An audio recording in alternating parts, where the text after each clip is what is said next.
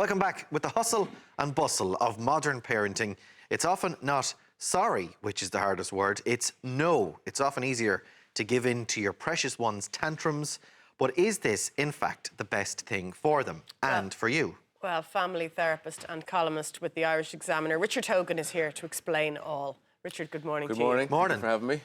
This all sounds so familiar. I'm very guilty as a parent, not saying no enough. And I think every so often, I was saying to Richard during the ad break, every so often I have a meltdown with the kids and I go, right, I'm saying no, you're spoiled rotten. Putting the foot down, finally. Putting the foot down, yeah, exactly. And I think most parents have those moments, don't they, They do have Richard? those moments, and me included. And I think, you know, the reason we don't say no enough is because the business of our lives, both of us are generally working in the couple, and we don't see our kids as much as we'd like to. So at the weekends, we're a little bit more permissive because we feel that guilt that we're not around them as much as we want to be. And also, I think modern parents can come to believe that, they can come to hold the belief that to be a good parent, you must protect and shield the child from all adversity. The child must never be upset. And that's where the yes comes out, because the child asks for something, so they give in and they acquiesce and they say yes. But the paradox of saying yes is that you develop a situation where your child will actually never be happy. In your desire to make them happy, you're actually writing the script that they won't be happy in the future. Okay. Because the child that receives everything feels no joy for anything. It makes perfect sense, actually. So they need to experience adversity then, Yes, and their absolutely. only form of experiencing adversity, or one of their biggest forms, is by mommy and daddy actually denying them. Early on in the formation, Ray, when you hear a no, that's the real gift of parenting, is that you teach them how to manage those feelings around that no. Right. If you say yes to everything, you know, Patrick Cavan has a poem called Advent, and there's a wonderful line in there. He says, "Through a chink too wide, there comes in no wonder," right? And that, I think, encapsulates everything about what we're talking about here. When a child receives everything, when they come to expect that everything's going to be a yes, they enjoy nothing. And, you know, you see it with your own kids when you're out, say, shopping, and they want this toy, they want this magazine, or they want this Barbie, or whatever it is that they want, and it has to be in the media. I've always wanted this, I've wanted this so much, and then you go, okay, you give it to them because you want to make them happy. You go home, 5 minutes later, you see it dumped on the floor. So true. You know, and you know then that that you're developing an expectation, and they'll get it first of all, and then they don't appreciate it. And when you think of yourself as a child, when you got that toy, or, you know, the one thing that you really looked for, you really did mind it. And you really looked after it, didn't you? Because you so appreciated it. That's exactly what I'm talking about, and that's the crux of the whole thing. That's why parents are saying yes, because our generation in the 70s and 80s were reared, didn't get too much. So we feel that maybe our feelings weren't validated, or that we didn't receive too much in the way of materialism. So now that we have money and our children want something, I'll ameliorate that. Now I'll fix that child to me, and I'll give my child all this stuff because I didn't get it. But you're setting up the contrary situation for your child, where they actually won't appreciate it, where they won't enjoy it, because they've come to expect everything.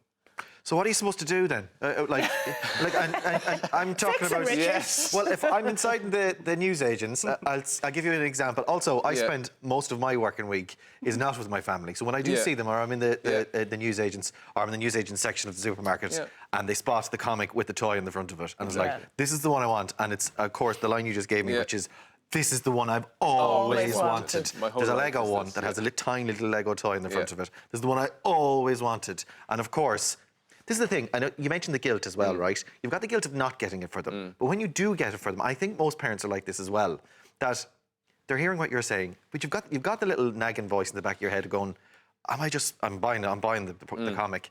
Am I just spoiling them? So what are you supposed to do? Are you supposed to just flat out deny them everything? And then, like Anna, later on, you might have a little bust up because you see they're so spoiled, and you go, I'm spoiling them, and you're guilting yourself, and you're angry with yourself that you're creating this little, demand on your child. I think it's really important, Ray, that you say no to your child when you know it's not a very important thing. Now, I'm not talking about saying no to everything. You know what I mean? And I'm not going to be a hypocrite here. I say yes to a lot to my children as well. But I pick the ones that where I'm going to say no to, and I try to teach them why I said no here, and why they can't expect to get everything. Okay. I mean, that's the difference between just saying a blanket no, which is just, negative parenting, and a blanket yes, which is negative parenting too. Yes, right? So you're teaching them. It's a balance. Yeah, it's a balance. It's about showing them that you don't get everything. So when they do get it, they, like Anna was saying, when we got it, and as kids, we appreciated it because we knew we didn't get everything. Right. So there wasn't that expectancy. But where I see it, Ray, you see that kind of parenting, where you buy your kid everything. I see it in my clinic a lot with new couples who come in, and one of the members of the couple is finding it very difficult to meet the demands placed on them by a relationship, and they find they're struggling with the adult world because they've I generally hear the same story being delineated, that my mom was overprotective, my mom overindulged me, or dad overindulged me, and I find it difficult to compromise. So when my wife or my partner asks me to do something, I find it difficult to meet that demand because I've always believed that the world will shape around me, and that's not how the adult world is. And then you're setting your child up for that very uncomfortable realization when they hit their 20s that actually, you know what, as an adult, I have to compromise So here. you need to do them a favour in the long term, You teach I suppose. them, yeah, you have to teach them this. So how do we start turning those yeses into nos, realistically? Well, that's a very good point. I mean, if you've been saying yes a lot, say the magazine, if you turn around Ray and say no, it's going to be a bit jarring. Of a shock, yeah. It's going to be a bit jarring for your child.